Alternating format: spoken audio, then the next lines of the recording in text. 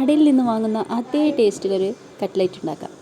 ആദ്യം ഒരു പാൻ വെച്ച് അതിൽ കുറച്ച് ഓയിൽ ഒഴിച്ച് പെരിഞ്ജീരകം, സവാള എന്നിവയിട്ട് നന്നായി ഇളക്കി യോജിപ്പിച്ചതിന് ശേഷം പച്ചമുളക്, കറിവേപ്പില, ഇഞ്ചി വെളുത്തുള്ളി പേസ്റ്റ്, ഗരം മസാല, മുളക് പൊടി, പെപ്പർ പൊടി, മഞ്ഞൾപ്പൊടി എന്നിവയിട്ട് നന്നായി ഇളക്കിയതിന് ശേഷം ബീൻസ്, ക്യാരറ്റ്, ഗ്രീൻ പീസ്, ഉപ്പ് എന്നിവയിട്ട് നന്നായി യോജിപ്പിച്ച് ശേഷം വേവിച്ച് വെച്ച് ഉരുളക്കിഴങ്ങും ഇട്ട് ഇളക്കി കുറച്ച് ബ്രെഡ് ക്രംസും അതിലിട്ട് മല്ലിയിലയിട്ട് നന്നായി ഇളക്കി യോജിപ്പിച്ച് ആ കൂട്ട് മാറ്റി വയ്ക്കുക. വേറൊരു പാത്രത്തിൽ കുറച്ച് മൈദ മാവ് ബാറ്റർ എടുത്ത് ഈ മിക്സ് ഉരുളകളാക്കി എടുത്തതിന് ശേഷം ആ മൈദാമാവ് ബാറ്ററിൽ മുക്കി ബ്രെഡ് ക്രംസിലും മുക്കിയെടുത്ത് വീണ്ടും മൈദാമാവിൽ ബാറ്ററിൽ ഒന്നുകൂടെ മുക്കി ബ്രെഡ് ക്രംസിലും മുക്കിയെടുക്കണം.